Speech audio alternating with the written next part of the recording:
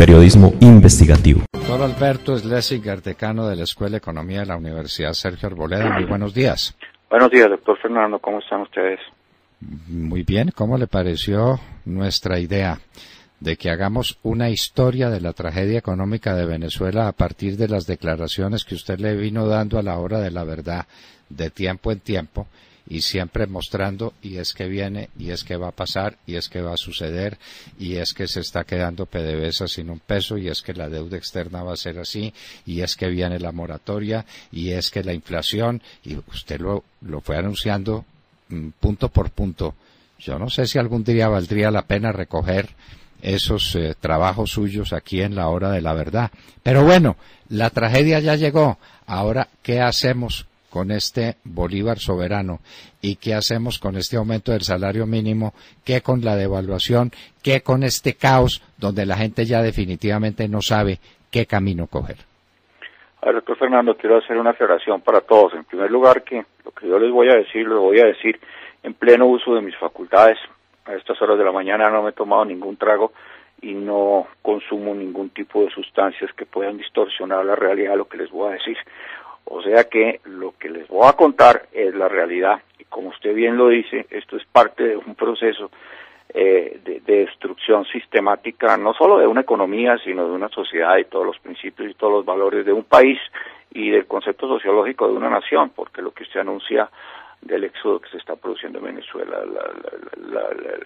la situación dramática de la población venezolana, que obviamente apunta más hacia un genocidio y que la comunidad internacional no ha querido reconocer, ni los países vecinos, como el caso nuestro, que realmente ya están enfrentando algo que se venía a venir y no estábamos preparados, a pesar de que era indiscutible hacia dónde íbamos. En primer lugar, recordemos que en la última charla que tuvimos, la última entrevista, pues hablamos de que había una fecha que había puesto el gobierno venezolano, que era una fecha realmente fundamental, a partir de la cual pues las cosas se iban a acabar de deteriorar, y así sucedió. Esa fecha fue el 20 de agosto, o sea que fue hace 2 días, a partir del cual se puso en vigencia el nuevo, lo que ellos llaman el nuevo cono monetario, o sea, la nueva unidad monetaria a la cual le habían peluqueado la bobadita de 5 ceros, después de que el señor Chávez lo había hecho en el 2008, le había quitado 3 ceros, o sea que en Venezuela ya van hacia lo que denominan el efecto o el ejemplo Zimbabue, donde hicieron poco más de ceros, le quitaron en Zimbabue a la moneda, y ha sido uno de los países en que ha tenido una mayor hiperinflación en la historia. Aquí solamente le han quitado 8 ceros y lo que viene. ¿En qué consiste lo que acaba de anunciar Maduro como parte de ese punto de arranque que significa el 20 de agosto? Algo que históricamente nosotros veíamos las medidas que se tomaban y algunas nos daban risa, otras nos generaban perplejidad, y realmente en este momento lo que acabas de decir y lo que acaban de decir lo que genera es miedo. El señor Maduro en un discurso a la nación, ha planteado que las medidas que acaba de tomar, que iba a anunciar, eran para estabilizar la economía y devolver la confianza en la economía venezolana. ¿Cuál es el eje de las medidas económicas que anunció? Y empieza por ahí. No sé cómo pueda uno devolver la confianza cuando todo está fundamentado en algo que no existe. Y es la famosa criptomoneda que se inventaron en Venezuela, que denominan el petro, que en primer lugar no es una criptomoneda porque no tiene las características que tiene una criptomoneda. Esto simplemente es una denominación que controla el gobierno venezolano y que está, según ellos, representada en oro, barriles de petróleo, diamantes y todas las riquezas que se supone que tiene Venezuela, lo cual de por sí contradice la esencia de lo que es una criptomoneda. Una criptomoneda es algo que está basada simple y llanamente en la confianza que la gente deposita en esa denominación. O sea que es una moneda eminentemente especulativa y no es una moneda como el gobierno venezolano lo ha anunciado, una criptomoneda de que está representada en unos valores que están la mayoría bajo la tierra o por descubrir, pero que está representada en unos valores. Primer punto, entonces se establece que el petro equivale en valor a un barril de petróleo, y ellos fijan el precio del barril de petróleo teniendo en cuenta la canasta petrolera venezolana en $60. Entonces, un petro equivale a $60, que es lo que ellos dicen que vale un barril de petróleo. En segundo lugar, anclan, según ellos, anclan el bolívar como lucha contra la hiperinflación. Entonces establecen el símil de que se ancla frente a un valor que no existe, que es el petro, y al anclarlo y unirlo a ese valor, pues entonces ya va a quedar congelado o fluctuando en la medida en que ese valor fluctúe, y no a través de lo que ellos llaman el dólar criminal, o el dólar cuyo valor lo fijan en Miami y en Cúcuta y en Bogotá, pues lo cual no es cierto.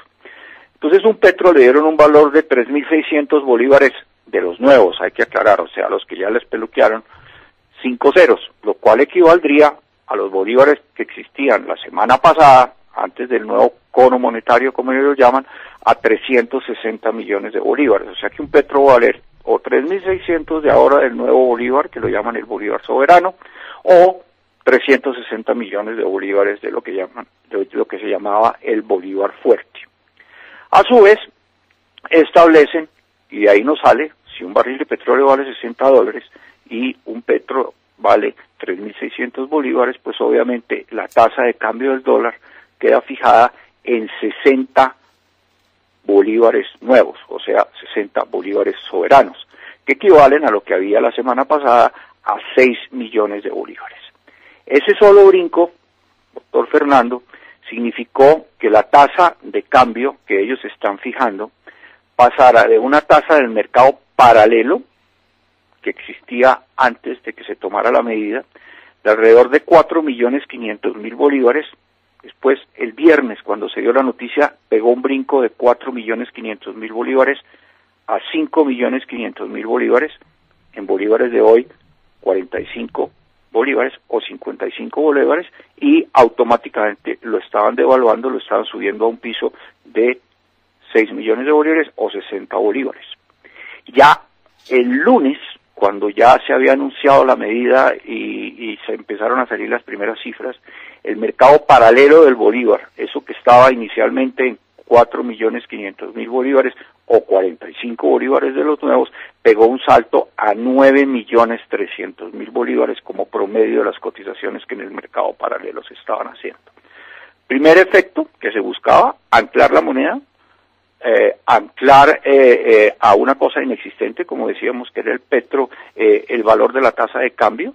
No se produjo, el mercado paralelo reaccionó de una forma brutal, prácticamente se dobló de un día para otro, y esa es la realidad que en este momento tenemos. Segunda medida, y esta es otra medida, yo diría que qué palabra le podemos dar, alucinante, el aumento de los salarios mínimos, también anclados a ese valor inexistente que es el petro, y que ha mostrado la volatilidad que mostró al pasar prácticamente duplicar la tasa de cambio en el mercado paralelo de un día para otro. Y es que se estableció que el salario mínimo equivalía a medio petro. No se nos olvide que el valor del petro se fijó en la cifra de 3.600 bolívares nuevos. Entonces, el salario mínimo en Venezuela pasó a ser de 1.800 bolívares, o sea, la mitad de los bolívares nuevos, que llevaba los bolívares que había la semana anterior, antes de que se tomaran estas medidas, equivaldría a 180 millones de bolívares. ¿Cómo saltó el salario mínimo? No se nos olvide que históricamente, y lo habíamos señalado, Venezuela venía a través de la emisión de dinero inorgánico, o sea, simplemente la maquinita que imprime plata funcionando, venía aumentando el valor del salario mínimo aproximadamente entre un 50 a un 60% año. El último aumento se produjo en el mes de junio, en que se duplicó el valor del salario mínimo y quedó en un nivel de 5.200.000 bolívares de los viejos, o sea, 52 bolívares de los nuevos. Pues ese salto significó pasar de 5.200.000 bolívares a 180 millones de bolívares, o sea que se multiplicó 35 veces de un momento a otro el salario mínimo. Primera pregunta. El sector privado que paga salarios, ¿de dónde va a sacar los recursos para pagar unos salarios con ese aumento? Segunda pregunta, el sector oficial venezolano, los empleados oficiales que representan un porcentaje muy, muy alto en Venezuela, históricamente ha sido así, pero obviamente con la desaparición de la producción privada, del sector privado, pues la gran mayoría, y el aumento de la burocracia y de los empleados públicos, pues la gran mayoría del empleo formal en Venezuela lo genera el Estado. ¿De dónde van a sacar para subir en esa proporción 35 veces el salario mínimo. Esa es otra absoluta y total incongruencia de lo que ellos están planteando. Tercer punto. El señor Maduro, basado en una teoría que le vendieron y la expone con gran seguridad, dice, mire, es que aquí lo que pasó en Venezuela es que el sector privado, que es el culpable de la guerra económica que nos tiene quebrados en la situación en la que estamos, y además Estados Unidos y además Colombia, todo ese grupo que está haciendo la guerra económica en contra de Venezuela, resolvieron que iban a dolarizar los precios de los productos. Por eso tenemos una inflación que pues la ha calculado a los niveles en que la ha calculado el Fondo Monetario y que realmente se está viviendo, pero eso no es porque lo produzca una realidad económica del país ni el fruto de las locuras que venimos haciendo desde que Chávez subió al poder, sino porque hay una conjura en contra de Venezuela. Entonces, como ellos dolarizaron los precios, entonces nosotros dolarizamos los salarios. Hágame el favor. Entonces, el hecho de que suba 35 veces el salario mínimo es la respuesta que nosotros le damos a los empresarios que ya multiplicaron sus ingresos porque subieron sus precios en los niveles que la inflación está señalando. Esa es una teoría loca, y es una teoría loca que además no tiene ningún antecedente y que, como le digo, ya no produce perplejidad, sino lo que produce es miedo. Cuando un país y la dirección de un país puede dar ese tipo de explicaciones para tomar ese tipo de medidas, dice uno, pero ¿en manos de quién estamos? Pues en manos de este tipo de personas que han destruido uno de los países, como usted bien lo ha dicho, no solamente más ricos de América, sino uno de los países potencialmente más ricos del mundo. En tercer lugar, viene el complemento, como yo le decía, entonces dice, vamos, como subieron los salarios, y yo no quiero que eso se traduzca en aumento en los precios porque los precios están congelados. Hoy sale en la lista de precios que acaban de acordar que son precios fijos y ya dijeron que ya no va a haber multas a quien no cumpla con los precios, sino que lo van a meter directamente a la cárcel, lo cual es cierto.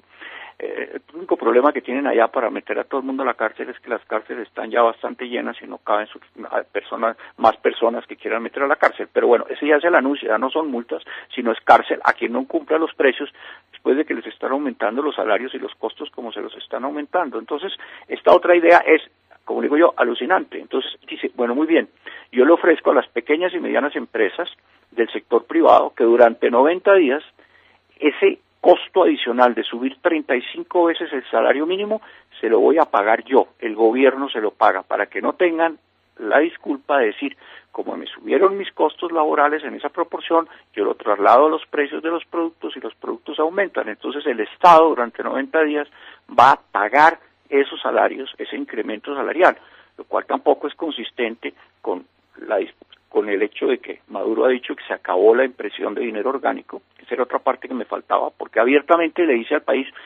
sí, imprimimos mucho dinero inorgánico durante mucho tiempo, y ese dinero inorgánico, que está prohibido no solamente en las leyes, sino en la Constitución de Venezuela, tuvimos que hacerlo porque así es la vida. Y punto. Ahí terminó la explicación, pero ya no lo vamos a volver a hacer más.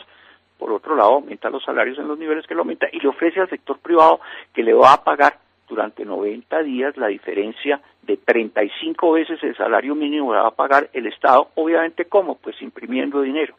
Esa es la tercera medida. La cuarta medida es la de que, y esta también es alucinante, doctor Fernando, la de que va a darle a los trabajadores, que es una medida totalmente populista, en este momento un bono que se llama bono de reconversión económica. Ese bono equivale a 600 bolívares de los nuevos. Póngale 5 ceros más y eran los bolívares que había a principios de la semana pasada. Pero esas personas que son las que tienen el carnet de la patria, porque ya lograron carnetizar a todos los miembros del partido y a los que quieran recibir los beneficios del Estado, como cualquier sistema comunista de vieja data, como cualquier sistema stalinista, ese beneficio abarca aproximadamente, le llegaría a 10 millones de venezolanos que están carnetizados.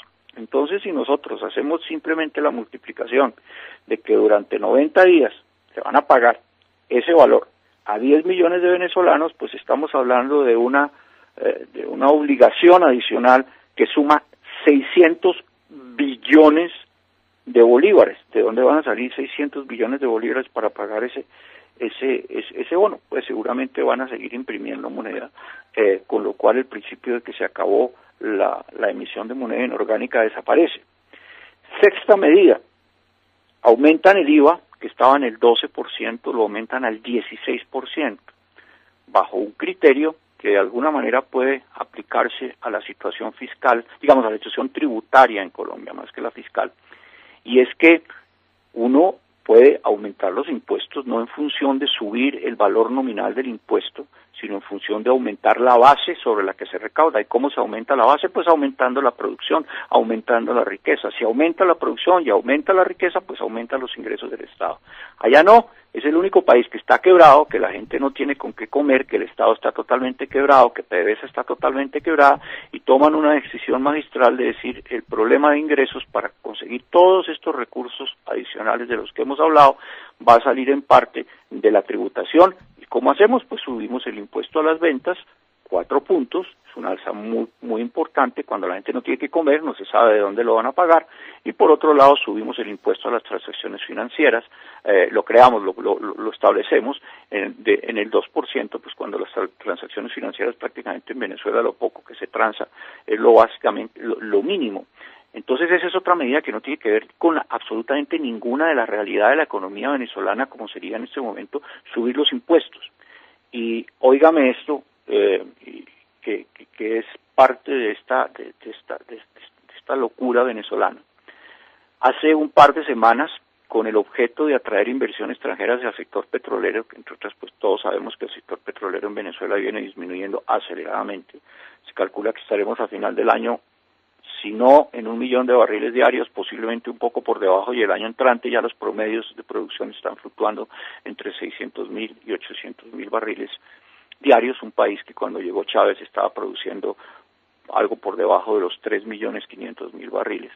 Eso tampoco genera riqueza. Pero óigame la medida que tomaron hace 2 semanas, la medida de que por un periodo determinado eximen a PDVSA de que le pague impuestos al Estado venezolano, con lo cual cierran la única fuente real de ingresos del Estado venezolano. Entonces, por un lado le dicen a PDVSA que es el único que genera de alguna manera algunos impuestos y por lo tanto ingresos al Estado venezolano. Usted queda eximido como figura para poder atraer la inversión extranjera y que vinieran las empresas petroleras del mundo como si de eso dependiera en Venezuela. Y por el otro lado, aumentan el IVA y crean impuestos adicionales a algo que no tiene absolutamente ninguna capacidad de pago, porque lo que se está viendo allá, como en parte lo estamos viendo acá, es que una cosa es el valor del impuesto y otra cosa es la capacidad de pago de esos impuestos del contribuyente. Cuando el contribuyente no tiene capacidad de pago, pues simplemente es un movimiento totalmente nominal y no se está buscando lo que se debe hacer, que es aumentar la riqueza, aumentar la actividad económica, que es la que genera una base adicional. Finalmente, dentro de este conjunto de medidas, se establece que solamente va a haber un tipo de cambio que ya vimos que es un tipo nominal.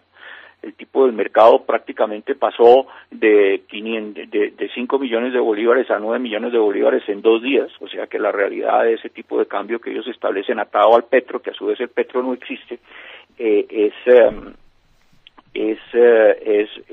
totalmente irreal, y establecen que solamente habrá un tipo de cambio, y para lo cual, que es otra de las locuras que plantean, van a tener 3 subastas semanales. Ellos hacen unas subastas a una determinada tasa de cambio donde se supone que las leyes del mercado, la oferta y la demanda van a funcionar. Maduro ha tenido que echar reverso en muchos de sus principios izquierdistas y comunistas que ha tenido, y eso tiene muy bravo a mucha de la gente dura que ha estado alrededor de Maduro. El primero es que ya empezó a hablar otra vez del mercado, entonces el mercado es el que debe fijar la tasa de cambio a través de las subastas. Segundo, usted se acordará que hace unos meses, cuando Estados Unidos tomó una de sus últimas medidas desde el punto de vista restrictivo de cerrarle el acceso a ciertas vías de financiación, etcétera, entonces Maduro dijo que abandonaban el dólar y que entonces se iban al yuan y que ahora todo iba a estar expresado primero en yuanes y después en petros. Pues nuevamente vuelve al dólar, que es la realidad, y todo está referido a una tasa de cambio con relación al dólar, pero a partir del petro, que el petro no existe.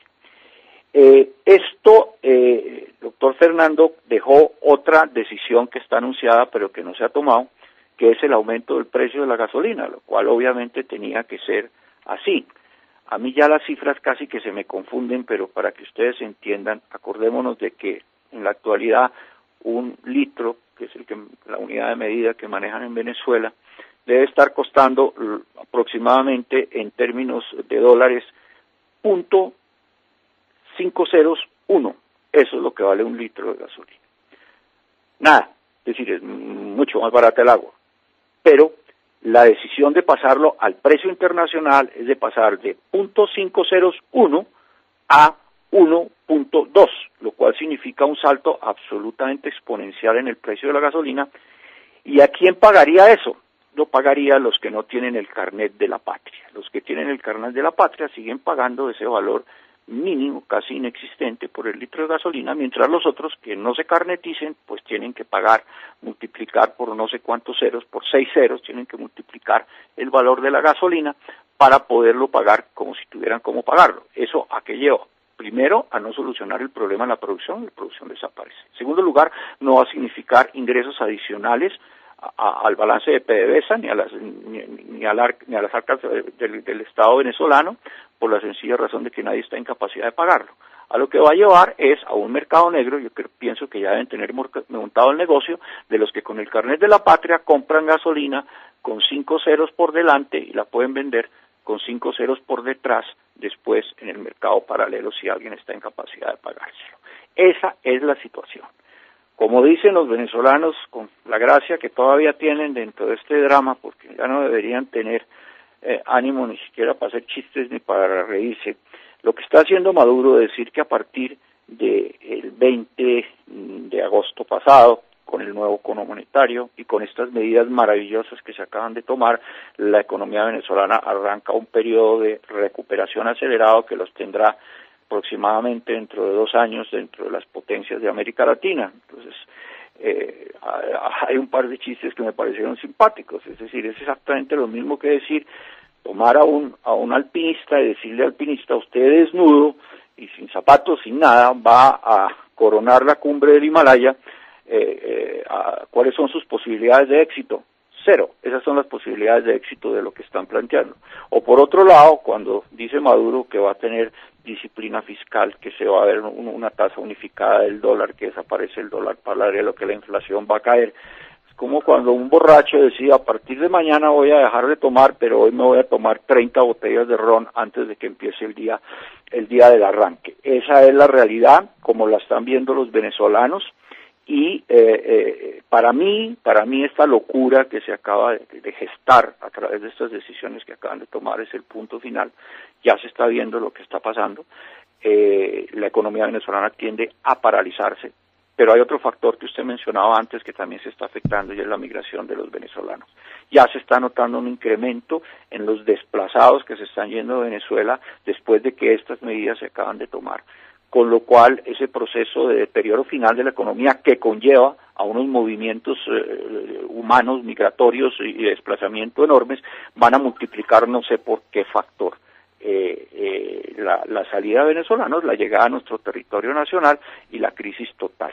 Yo frente a ante este esquema como está planteado, yo diría que esto no debería pasarse de muy pocas semanas porque esto realmente lo que pone es un final un punto final a la base económica venezolana, pero además la desconfianza que ha generado. Si había una desconfianza altísima sobre lo que pasaba en Venezuela, cuando se toman estas medidas produce una desconfianza total, absoluta, de que ahí lo que hay son unos locos, unos sinvergüenzas o locos sinvergüenzas, que son los peores, que están haciendo lo que están haciendo con tal de mantenerse en el poder y están dándole el punto final desde el punto de vista económico a una realidad que venía en flanco deterioro.